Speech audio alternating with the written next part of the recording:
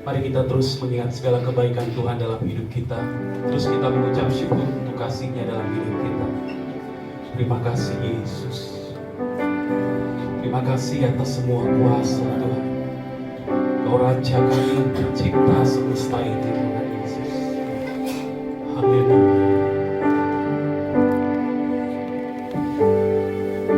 Haleluya.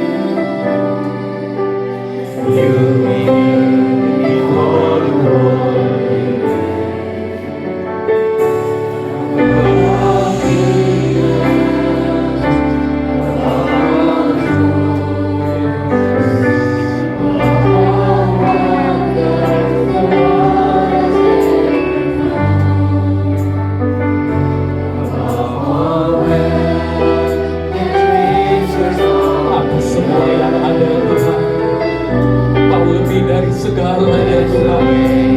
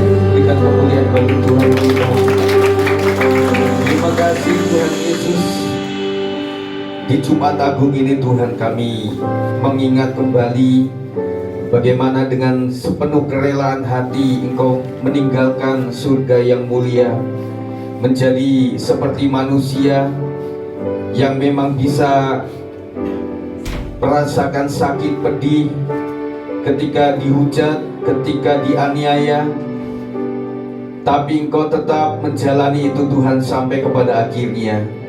Seharusnya kamilah yang menanggung itu semua, tetapi Tuhan baik, dan biarlah peringatan Jumat Agung ini boleh mengingatkan kami kepada kasih setia Tuhan yang luar biasa.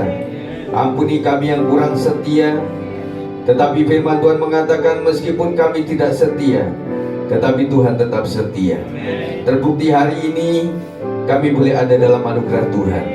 Terima kasih, kami siap untuk merenungkan kebenaran firman Tuhan. Sampaikanlah kepada setiap pribadi, supaya berkat ini boleh sampai kepada setiap pribadi yang mungkin berbeda satu dengan yang lain, tetapi anugerah Tuhan memberkati setiap kami. Segala yang jahat dari kuasa gelap kami hancurkan dalam satu nama Tuhan Yesus Kristus. Kami siap untuk mendengarkannya. Terima kasih Tuhan, kami sudah berdoa. Haleluya, amin. Puji Tuhan saudara sekalian. Materi sudah saya sampaikan di WA Group supaya kita bisa membacanya dengan sama, saudara ya. Nah, puji Tuhan, kita ada di belakang juga yang ditampilkan.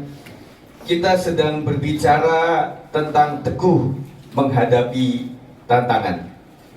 Nah, saudara, drama tadi memang berapa persen dari yang sesungguhnya.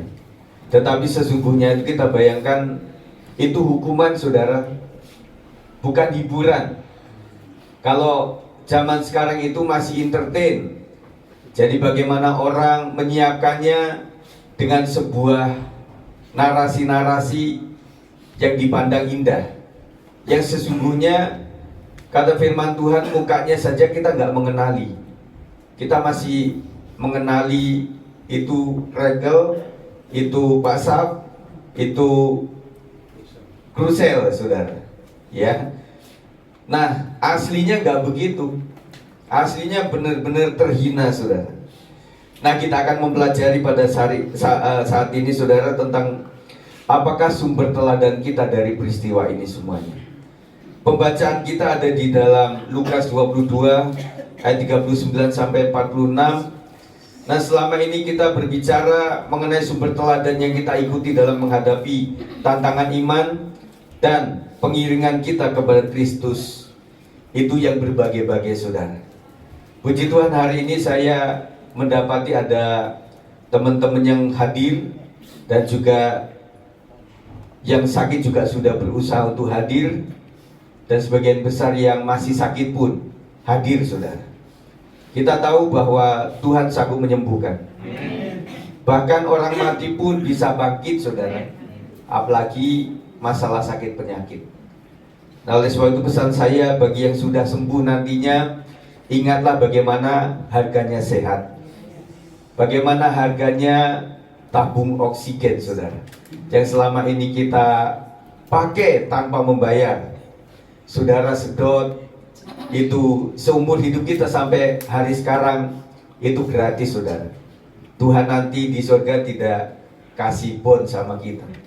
Nah, puji Tuhan, itu semuanya adalah anugerah Tuhan. Di Taman Getsemani, Lukas 22 ayat 39 sampai 46, saudara membaca, ikuti ini ya supaya sama. Kayaknya saya mengambil dari TB2. Saya membaca ayat 39, saudara, selanjutnya. Lalu pergilah Yesus keluar kota, dan sebagaimana biasa ia menuju Bukit Zaitun. Murid-muridnya juga mengikuti dia. Silakan. Setelah mereka di tempat itu, ia berkata kepada mereka, berdoalah supaya kamu jangan jatuh ke dalam pencobaan. Kemudian ia menjauhkan diri dari mereka kira-kira sejauh lemparan batu, lalu ia berlutut dan berdoa. Ya Bapakku, jika Engkau berkenan, ambillah cawan ini daripada aku.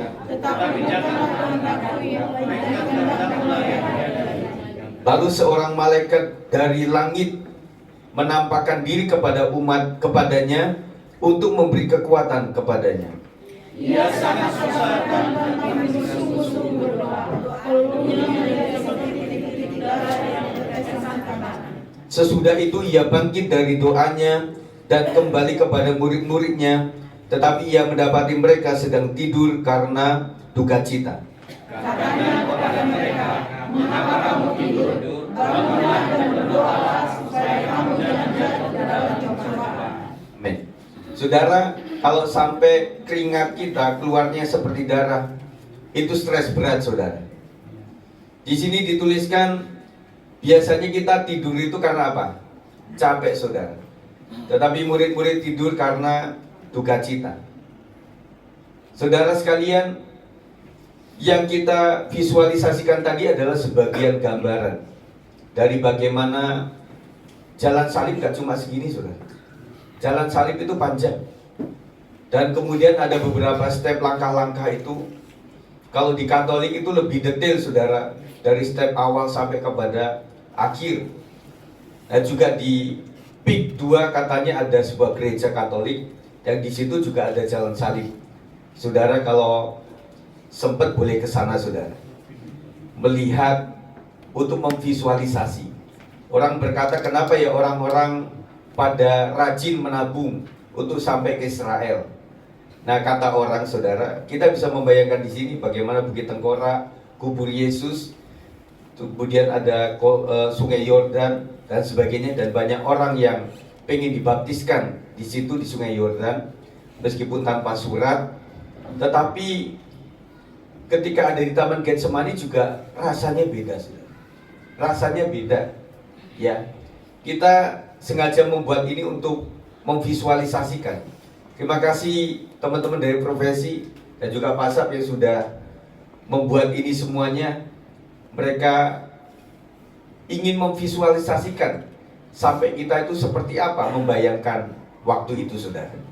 Tetapi ini lebih kepada Paskahnya, karena ini gambaran kubur Yesus yang sudah kosong, kain lampinya sudah terlipat di situ, saudara. Tetapi malaikatnya nggak ada, saudara. Nggak ada anak-anak remaja yang saya suruh ke situ. Jadi malaikat diem aja gitu.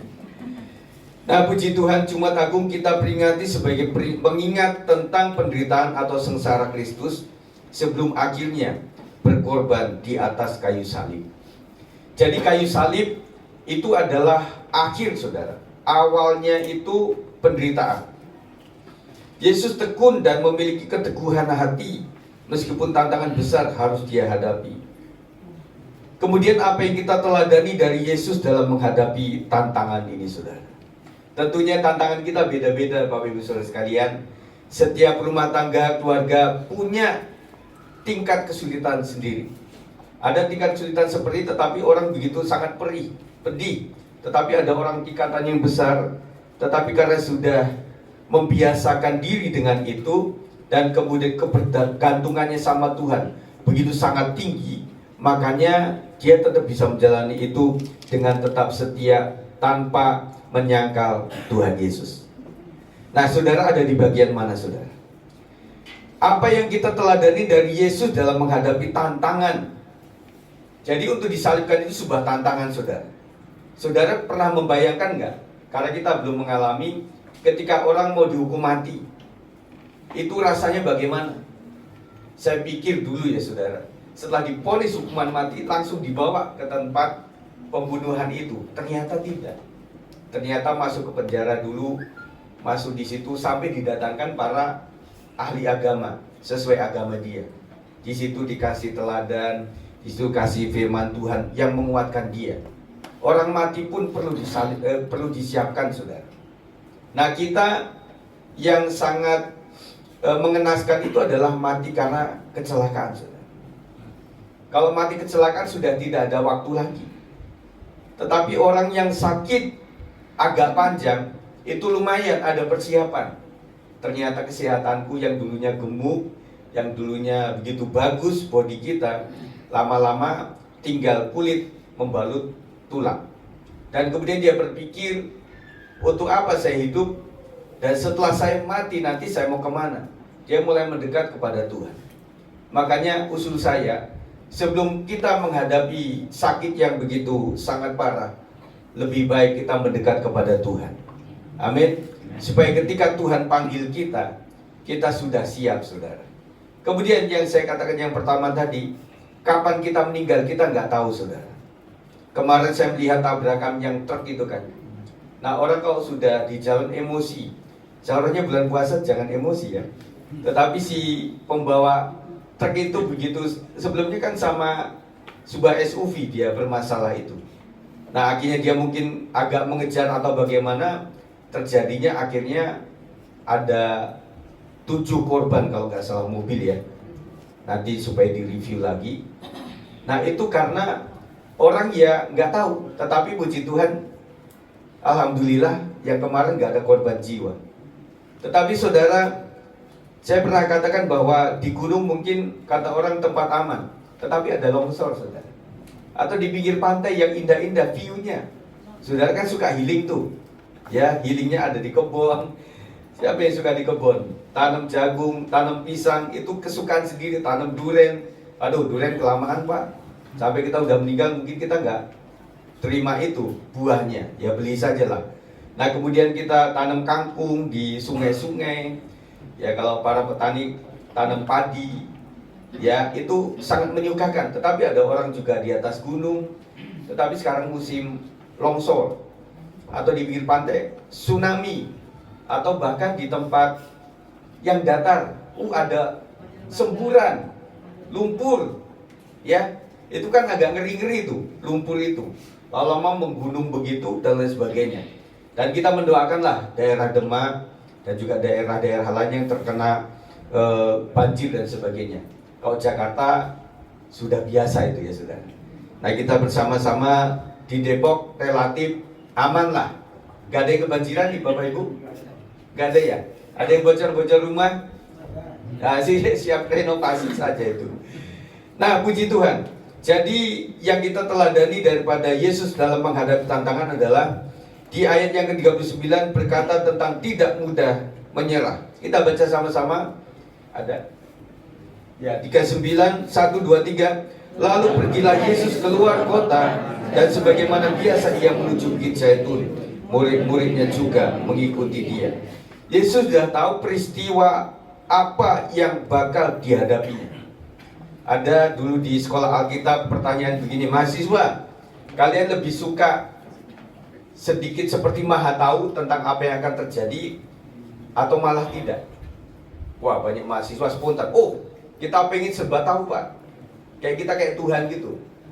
Apa yang akan terjadi kita tahu. Nah kemudian si dosen kami bilang begini, gini, 5 menit lagi kamu akan jatuh ke got.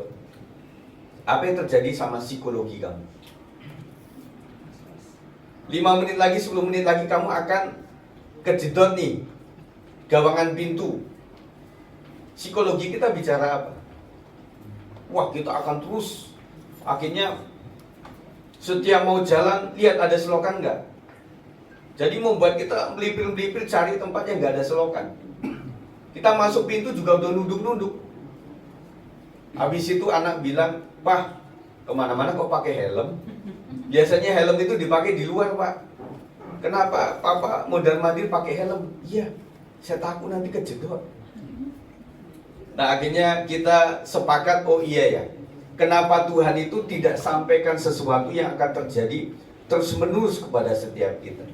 Ada seorang hamba Tuhan yang visioner, yang dia suka ada vision begitu, kita tanya, Om, apakah Om itu selalu mendapatkan wangsit daripada Tuhan?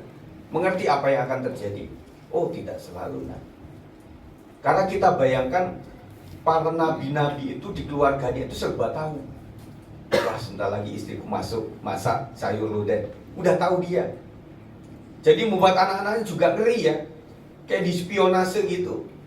Apa-apa jadi tahu apa ini? Oh enggak. Jadi ingat bahwa seorang yang dipakai Tuhan itu sesuai maunya Tuhan, bukan sesuai maunya kita. Makanya seorang ini ketika ada orang yang dibawa ke dia, orang sakit, udah capek-capek sampai ke depan kan susah karena mesti bawa kursi roda. Setelah sampai di situ, memang agak tegas orang ini. Tuhan bilang sama saya, Tuhan belum menyembuhkan orang ini. Jadi bawa saja pulang kembali. Itu keluarganya sakit hati.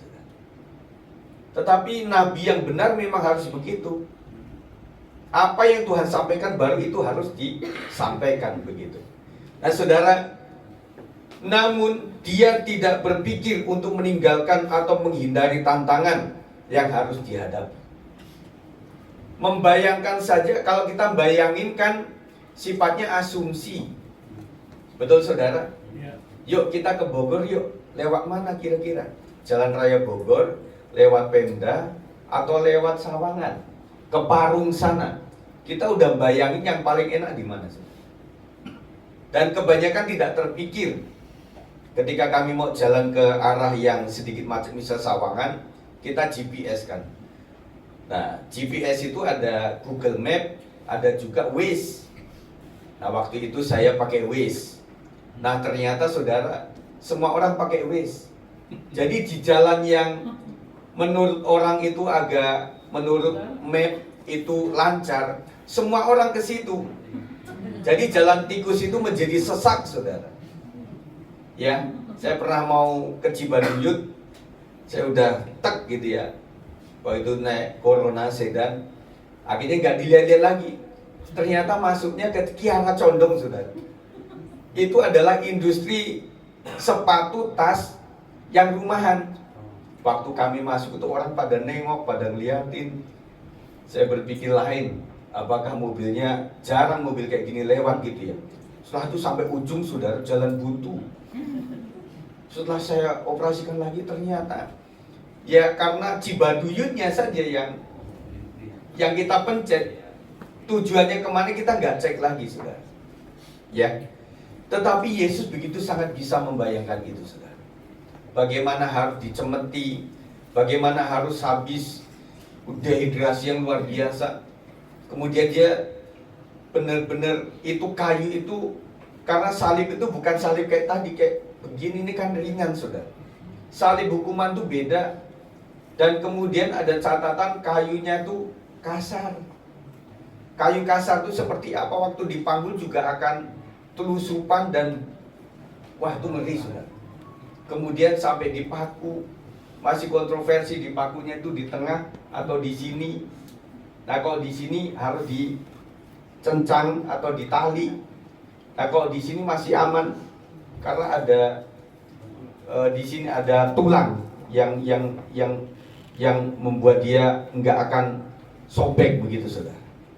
Tetapi dia bayangkan itu, dan kemudian pakunya juga paku untuk hukuman saudara. Bukan dicari paku yang paling halus, yang paling tidak sakit.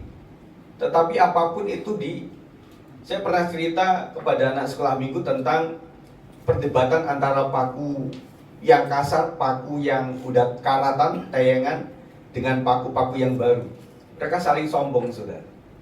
Jadi, wah aku nih diambil sama seseorang yang kaya untuk membangun rumah, aku diambil untuk membuat kapal. Nah akhirnya yang karatan ini menangislah mereka, aduh siapa yang ngambil saya ya, saya udah karatan kayak gini. Ternyata memang ada yang ngambil, seorang prajurit yang ambil itu, dan kemudian ternyata dipakukan kepada raja, skala raja. Itu cerita sekolah minggu saudara. Dia tidak pergi menjauh atau melarikan diri. Yesus tetap pergi ke Bukit Zaitun. Dalam Alkitab mencatat sebagai sesuatu yang sebagaimana biasa ia lakukan.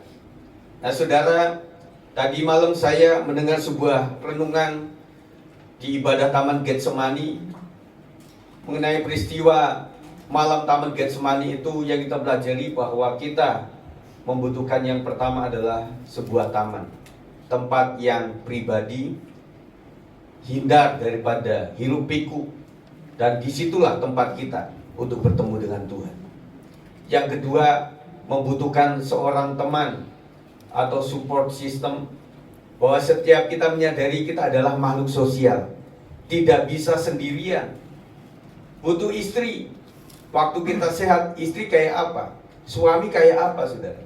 Tetapi kalau kita sudah sakit, mah bawa saya ya, pah tolongin saya ya.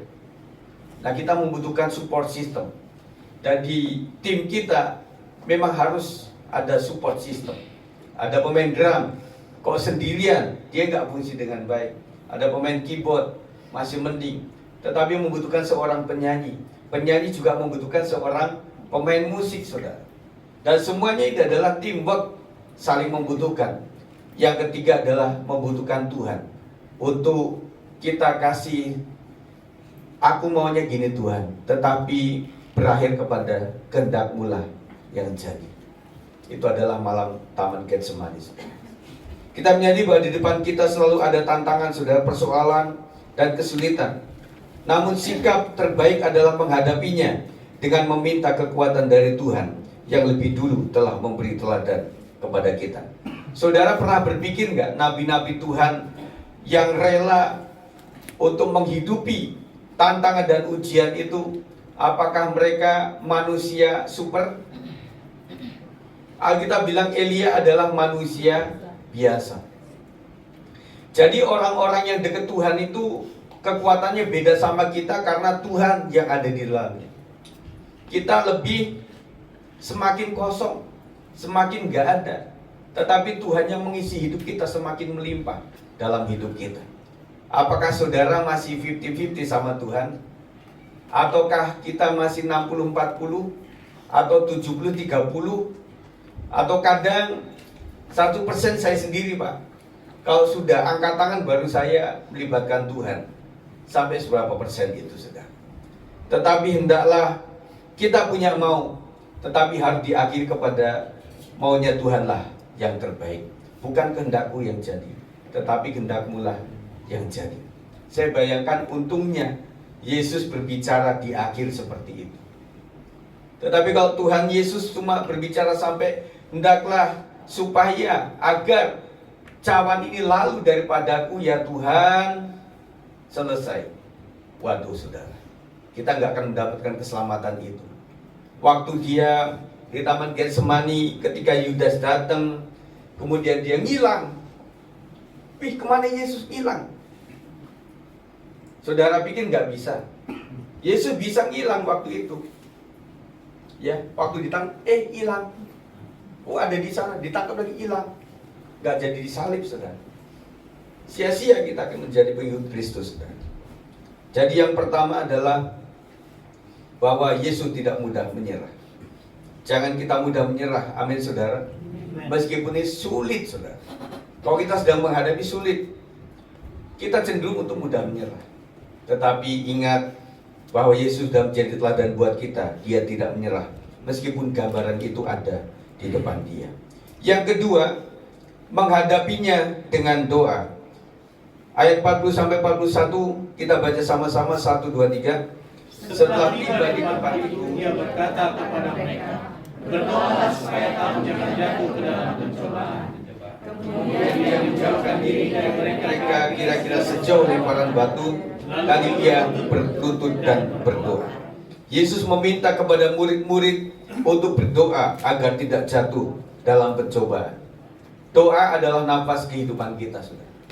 Ada saat di mana kita sukacita, happy, tetapi saya rasa dalam waktu nggak harus sebulan, nggak harus seminggu, sehari saja saudara, mulut kita itu sudah punya dua ekspresi, sedih, setengah sedih, sama sukacita. Betul nggak saudara? Itu ada, apalagi sebulan, apalagi setahun. Artinya bahwa kita harus menghadapinya seperti apa. Saudara pengen jamu atau pengen madunya saja? Jangan madu dan racun loh ya. Nah orang berpikir, anak-anak kalian pasti suka yang enak-enak lah. Minta apa dikasih. Masa depan seakan-akan tidak tergambar di pikiranmu. Masa depanmu, jodohmu, pasanganmu, bagaimana kau akan berpendidikan dengan lulus dengan terbaik. Kemudian engkau harus punya pekerjaan atau punya bisnis. Terpikir nggak, tergambar nggak? Hitung waktu, adik-adikku sekalian. Sekarang umur berapa? Kalau SD itu masih 6 tahun, SMP itu cuma 3 tahun, SMA juga 3 tahun. Kalau bagus orang kuliah itu 4 tahun saudara. Kalau agak molor bisa 5 tahun. Nah setelah itu kalian mau ngapain? Betul nggak? Berpikir tentang kuliah sekarang di mana? atau dikuliahkan di Kupang saja, atau di Manado saja. Loh, opsi orang tua itu banyak loh. Oh, jangan bilang loh, Kupang sekarang sudah maju. Ya, kita belum ke sana. Bu Tina kan nanti akan pulang. Karena suami tercinta sedang ada di rumah sakit, kita doakan nanti ya. Dan kemudian ada teman-teman kita dari sana juga yang merasanya itu, saya juga mengagumi buat teman-teman kita ini. Karena biasanya kalau orang sudah di kota besar itu ogah pulang, saudara. Ya, ayo pulang dong. Wah enggak, udah enak di ibu kota. Padahal ibu kota udah macet luar biasa. Ya, udah gitu.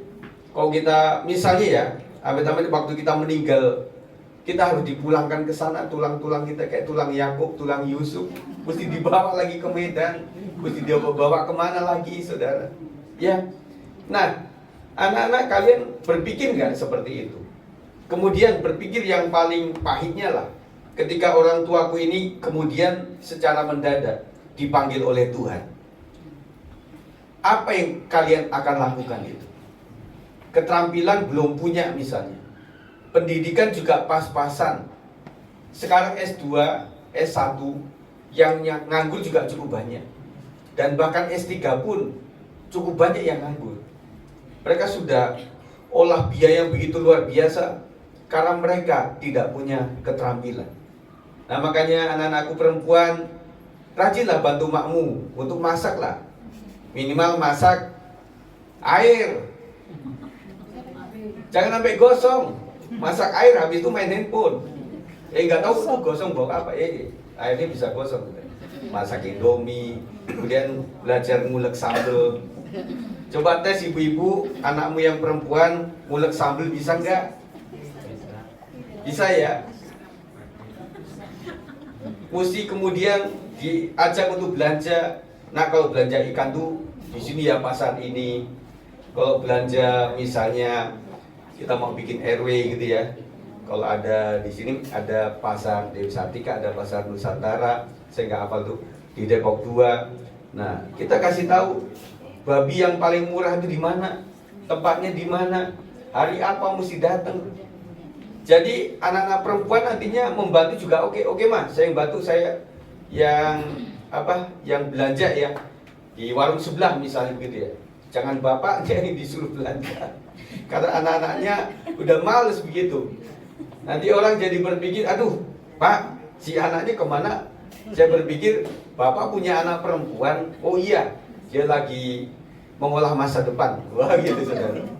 Nah ini ya, kemudian yang pria-pria laki-laki, kau juga memiliki masa depan yang harus dituntut. Karena kau nantinya akan menjadi kepala. Kalau nggak bisa apa-apa, nanti susah. Ya, jadi para calon mertua itu cari spesifikasi, tidak cuma handphone loh. Spesifikasi calon menantu juga tinggi kadang-kadang. Nah ketika mulai makanya ada yang pura-pura kaya, ya nyewa mobil, kemudian Pak Kuncar datang. Nah mana teman dekatmu itu lagi parkir. Wih, parkir di mana? Agak ke sono karena rumah kita sempit, jadi dia dipakai di sana. Wih keren. Nanti kerjaannya apa ditanya. Nah semuanya akhirnya bohong-bohongan saudara. Dan ketika sudah jadi, nah mobil mana yang kemarin itu waktu ini, aduh mak, itu kemarin kan sudah dijual gitu ya. Jadi kita tinggal naik motor saja atau naik gojek dan sebagainya. Nah kadang-kadang memang kebutuhan itu, nah daripada yang bohong-bohongan atau apa, tetapi ada anak-anak juga yang membanggakan itu, padahal itu ownernya orang tua kalian. Sampai sebagai sejauh mana kita bisa banggain itu. Ya, makanya ada orang-orang yang seorang anak yang papa mamanya tajir, mereka pengen lepas daripada casing itu.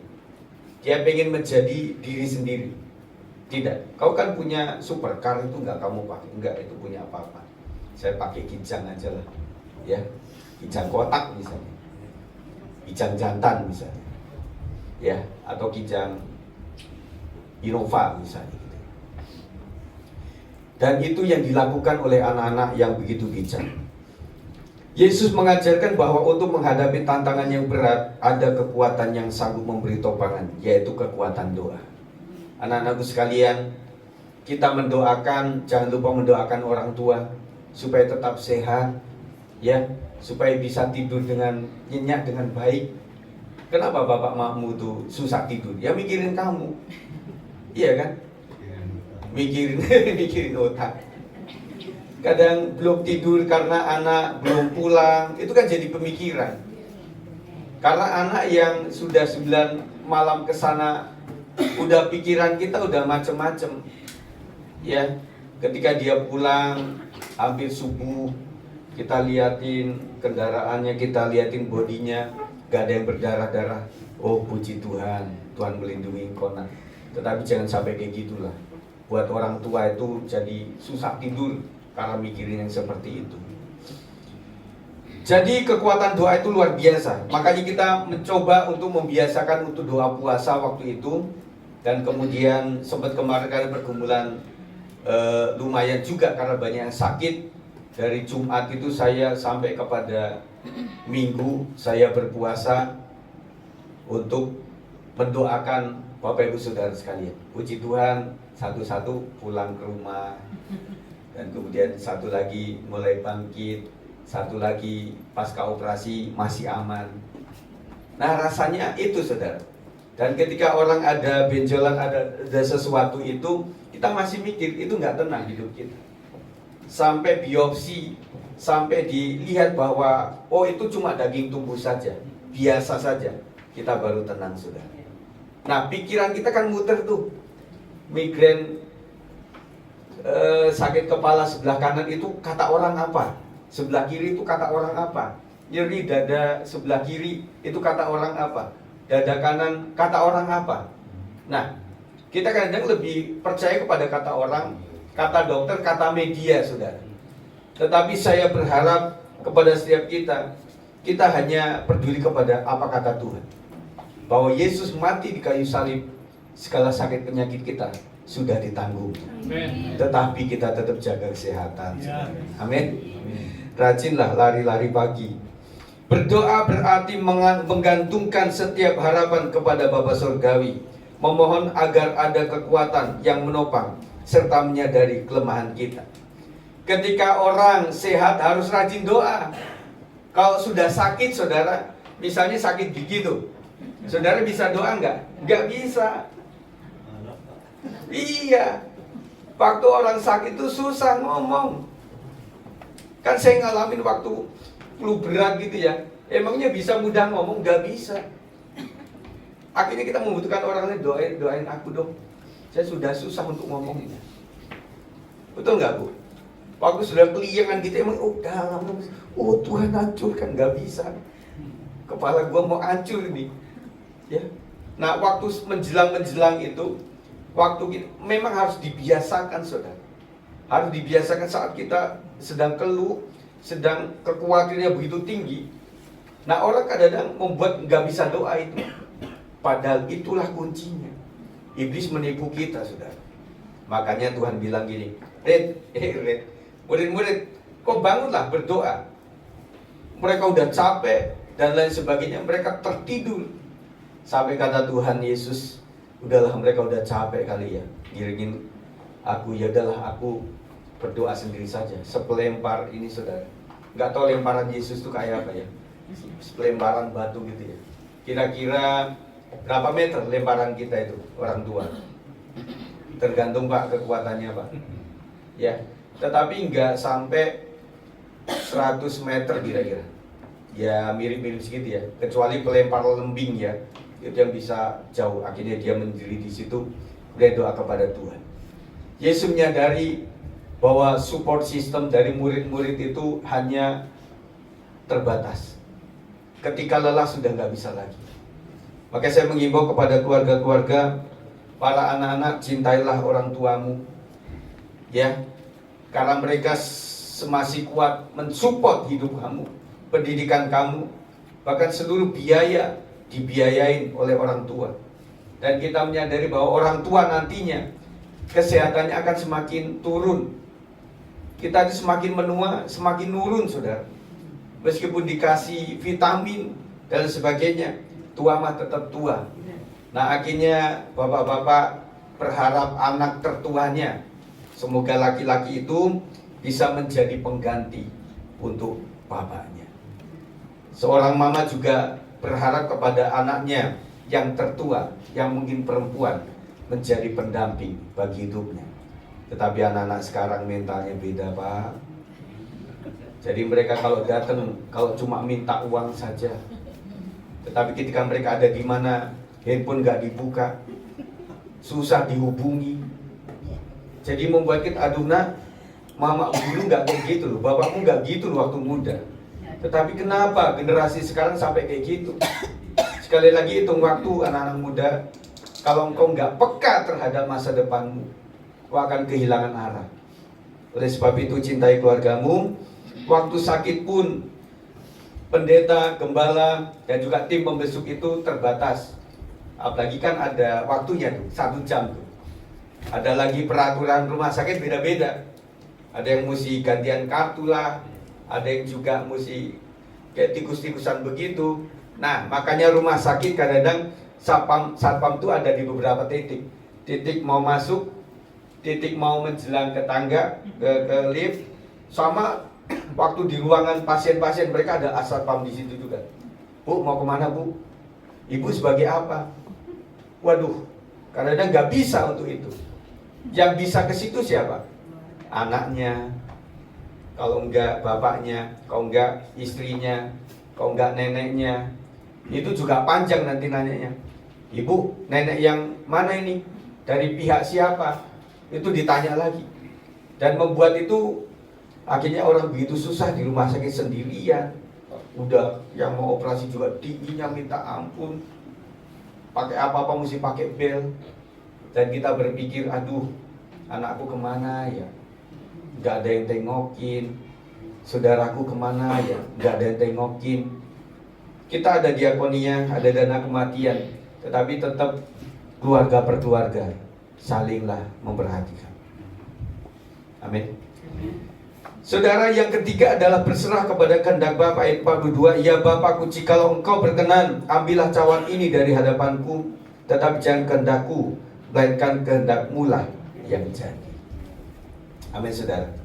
Jadi kita datang kepada Tuhan, berserah kepada Tuhan itu bukan berarti menyerahkan keinginan kita, tetapi finalnya adalah keinginan saya ini Tuhan, tetapi berakhir kepada terserah kehendak Tuhan yang terbaik. Banyak kasus saudara, yang orang itu begitu kecewa, marah karena jalan hidup yang tidak sesuai dengan kehendak dia. Tetapi ketika orang setia menunggu apa maksud, kata orang itu semuanya ada hikmahnya. Di balik semuanya ada hikmahnya. Nah kita fokus kepada kehendak Tuhan atau tidak. Tuhan, aku udah berdoa mintanya A, tetapi yang terjadi B. Dan kita mulai berontak terhadap seperti itu. Tetapi ketika kita ikuti terus, oh ternyata maunya Tuhan tuh seperti ini toh. Nah begitu saudara. Di atas semuanya yang luar biasa di teladan Yesus adalah menyerahkan semuanya pada kehendak Bapaknya. Meskipun memiliki kehendak sendiri, namun kita perlu menundukkan pada kehendak Bapa yang tentu lebih sempurna dari kehendak kita. Banyak pengalaman hidup kita yang mungkin kita ngeyel saudara untuk apa yang kita ingini. Kita udah doa sama Tuhan, tetapi doa sama Tuhan bukan mencari kehendak Tuhan, tetapi lapor kepada Tuhan. Tuhan, ini pacarku nih, ya, tolong Tuhan berkati kami. Yang paling bagus adalah Tuhan, saya tuh punya opsi nih. Pacarku tuh opsinya ada 3. Yang pertama rambutnya keriting, yang kedua rambutnya lurus, yang ketiga hidungnya yang mancung. Nah Tuhan, terserah kepada Tuhan, mana yang paling baik aku serahkan kepada Tuhan. Semuanya S1 Tuhan, semuanya tinggal di Depok Tuhan. Itu baru benar saudara. Tetapi kadang-kadang kita sudah gandeng, kita baru ngobrol sama Tuhan. Tuhan, ini loh calonku. Tuhan bilang, kau sudah pilih nggak ngomong-ngomong sama saya? Persis kayak orang tua juga saya pikir begini. Anak-anakku, ketika engkau punya teman dekat, jangan pacar dulu, temen deket, ngobrol lah sama orang tua, supaya kita cari tahu siapa dia, ya. Nah setelah itu baru kita lihat bagaimana, coba diajak main ke rumah, coba ngobrol. Kalau remaja-remaja kita ada youth dan sebagainya, coba diajaklah ke gereja kita, supaya dia tahu kamu dan kami juga tahu tentang dia. Tujuannya untuk mendukung dia dalam doa. Semoga doa itu antara putus atau lanjut, antara putus atau nyambung. Jadi doa kita itu bukan meresmikan, tetapi meminta yang terbaik dari Tuhan itu seperti apa.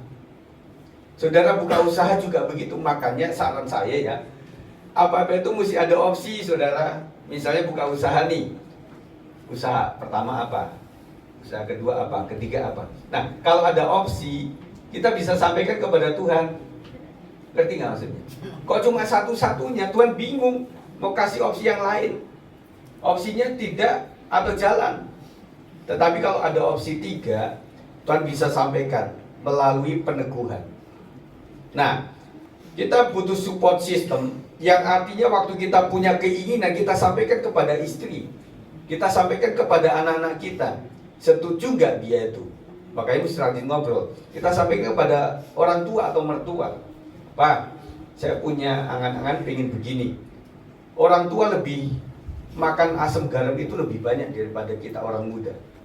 Pasti dia sampaikan begini, nak, kalau kamu pilih ini begini, kalau ini begini. Tapi harus ada opsi. Kalau baik-baik sampaikan kepada orang tua cuma satu-satunya, orang tua juga susah milihnya.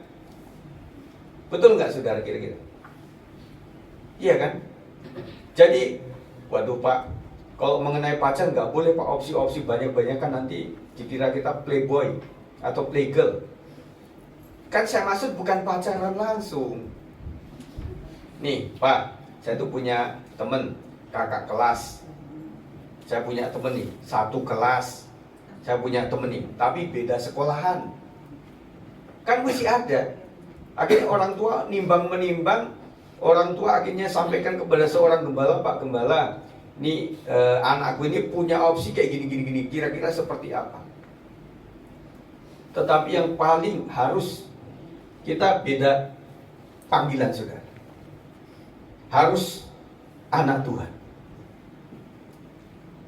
Ya, ada orang bilang beda, bisa kok Pak. Kayak misalnya ada seorang artis, LK sama JM, itu jalan bagus kok. Mereka akhirnya jujur. Nggak mudah. Menjalani beda agama itu nggak mudah. Akhirnya sudah nasi menjadi bubur, tapi nggak boleh masak lagi, saudara. Harus menjalaninya itu. Ya Tuhan akan memaafkan itu. Waktu itu kita memang tidak punya pencerahan. Betul nggak? Nggak ada pencerahan, nggak ada orang yang kasih opsi dan sebagainya. Tetapi buat anak-anak muda, perhatikan, jangan beda agama. Kita hidup beragama, beda gereja aja udah susah. Sadar nggak saudara? Beda gereja aja udah susah. Bagaimana kita bisa rukun satu keluarga itu, yang satu di mana, yang satu di mana, susah sekali. Nanti akhirnya balancing. Bagem izin ya, saya mau ke sana dulu. Karena memang menantu saya ada di sana. Gembala bisa menghentikan itu? Nggak bisa. Tetapi untuk jadi tim inti itu susah, saudara. Saudara gambarkan, bisa bayangkan itu. Makanya dari kalangan anak muda, kita memang membutuhkan support system. Bagaimana pembina pemuda itu punya motor misalnya, bisa menjemput yang satu dengan yang lain. Karena ada beberapa alasan juga anak remaja kita nggak sanggup sampai ke gereja oleh karena transportasi dan sebagainya. Tetapi gereja lain ada media itu, saudara. Kadang kita juga nggak bisa menyalahkan telak-telak terhadap gereja lain, karena kita memang nggak ada support system seperti itu. Tetapi itu juga bermasalah. Ketika yang menjemput punya pacar, itu bisa perang dunia. Waktu dia jemput seorang cewek, Padahal dia punya cewek. Nyampe sini, waduh bisa perang saudara. Ingat ya, waduh. Makanya kalau gembala yang jemput ya nanti jadi repot lagi saudara. Nah ini kan tatanan gereja yang harus diulik sama-sama saudara. Bagaimana supaya support system itu terjadi saudara. Apakah kita jemputin pakai roda 3 sampai ke Sawangan, itu GBS 56, ayo makrup di situ 5 orang. Mau nggak kalian anak-anak remaja naik roda 3? Ah itu muatan galon pak, kita nggak cocok. Kita grab pak, betul nggak? Grab tapi nggak nyampe Margonda doang, supaya ngirit. Oke jalan dari Dahlia ke sini. Nah, saudara. Nah kita melihat bahwa di atas semuanya yang luar biasa adalah Tuhan menyerahkan semuanya kepada kehendak Bapa. Bapa bisa mengubah tantangan itu sebagai alat yang efektif untuk membentuk kepribadian kita. Mari para pemain musik. Semakin tangguh, ulet, dan kuat. Saya percaya orang kuat oleh karena bantingan oleh Tuhan. Besi menajamkan besi, manusia menajamkan sesamanya. Banyak orang sukses yang diawali oleh masa yang sulit. Banyak orang yang sukses oleh karena dia pernah melewati hidup yang tidak mudah. Dan itu terjadi.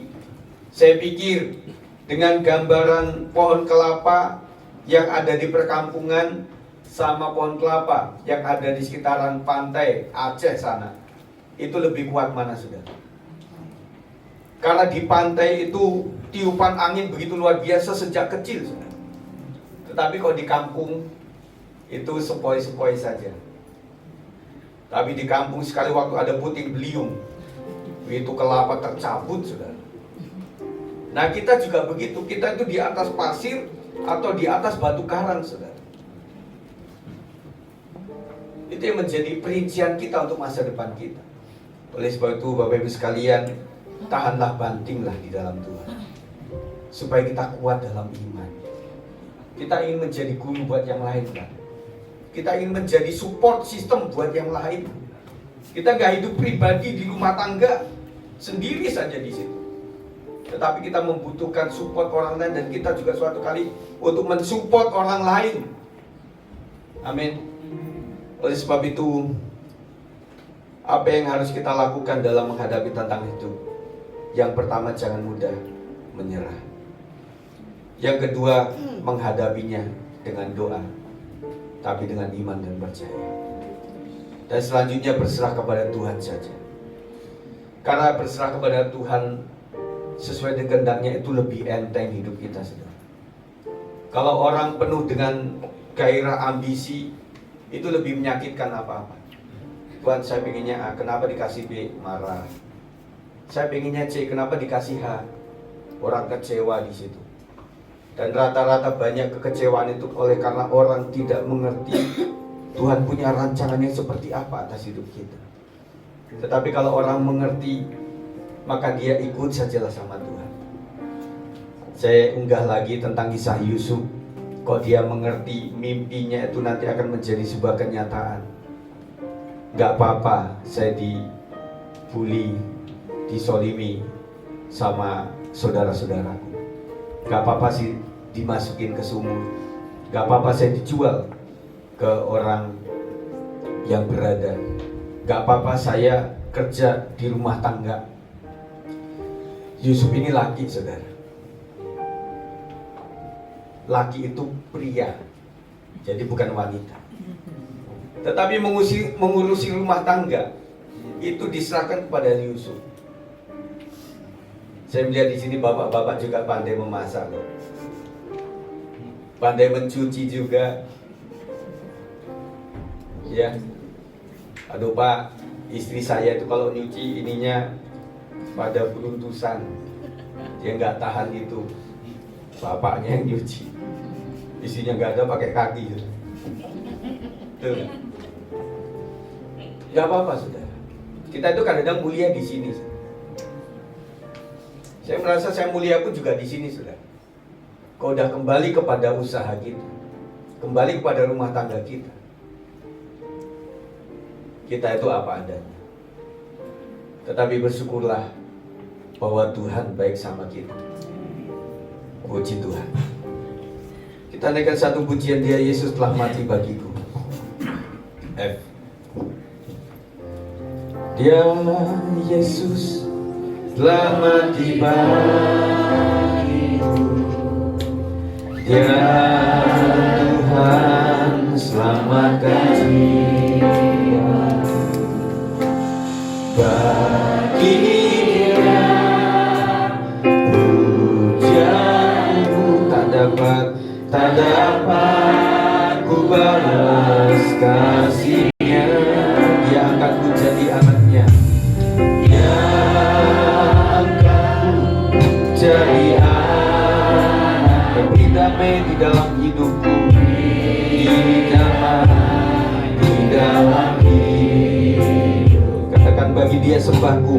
Bagi Dia sembahku. Hanya Dia segalanya bagiku. Dari awal lagi, ya Yesus, ya Yesus telah mati bagi. Ya Tuhan selamatkan jiwaku. Ya Tuhan selamatkan jiwa. Bagi Dia pujian. Bagi Dia pujianku tak dapat ku balas kasih-Nya. Dia angkatku jadi anaknya. Beri damai di dalam hidup. Bagi Dia sembahku. Bagi Dia sembahku. Hanya Dia segalanya. Mari kita bagi Dia. Dia segala pujian, hormat serta syukur, kekal selamanya. Bagi Dia segala pujian, hormat serta syukur selama-lamanya. Angkat tanganmu di hadapan Tuhan. Bagi Dia. Bagi Dia segala pujian, hormat serta syukur, kekal selamanya. Bagi Dia segala pujian, hormat serta syukur selama-lamanya. Kita sembah Tuhan, haleluya. Terima kasih Tuhan untuk kasih setia-Mu, pengorbanan-Mu untuk setiap kami. Terima kasih untuk pengampunan-Mu Tuhan. Terima kasih Kau sembuhkan segala sakit. Terpujilah Tuhan Yesus, Engkau baik, Kau sungguh baik. Katakan sekali lagi, bagi Dia. Bagi Dia segala pujian, hormat serta syukur, kekal selamanya. Bagi Dia segala pujian, hormat serta syukur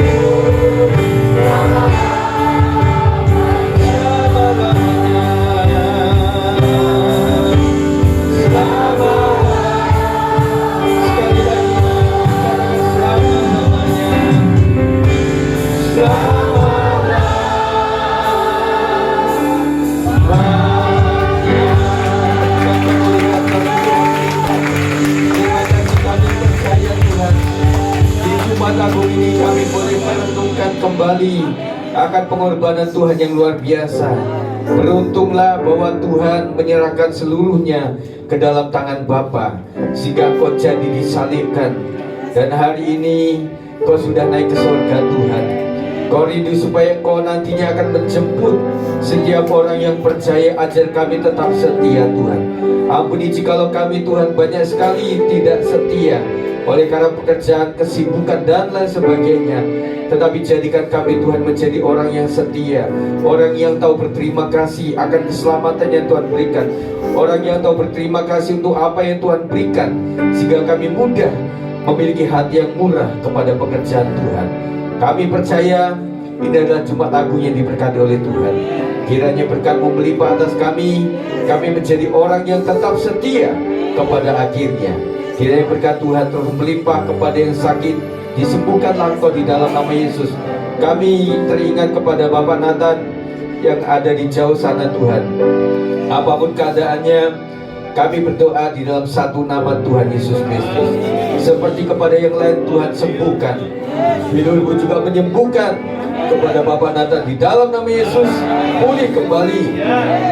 Dan biarlah ketika Ibu Tineke boleh sampai di tempat sana, di Kupang sana, anugerah Tuhan akan memberkati keluarga ini. Apapun rancangan mereka ke depan, Tuhan ikut campur di dalamnya. Dan kami sudah kembali disembuhkan dan dipulihkan, kami ucap syukur Tuhan. Kiranya kami tambah setia lagi, memperbaiki hidup, memperbaiki hubungan kami dengan Tuhan. Dan kami percaya Jumat Agung membawa berkah buat setiap kami. Dalam nama Yesus kami sudah berdoa dan mengucap syukur. Yang percaya katakan amin. Silakan duduk kembali. Kita akan berdoa siapa Bapak Saudara. Mari Bapak.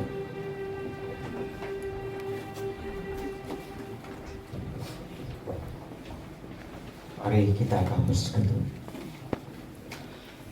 Bapa di surga,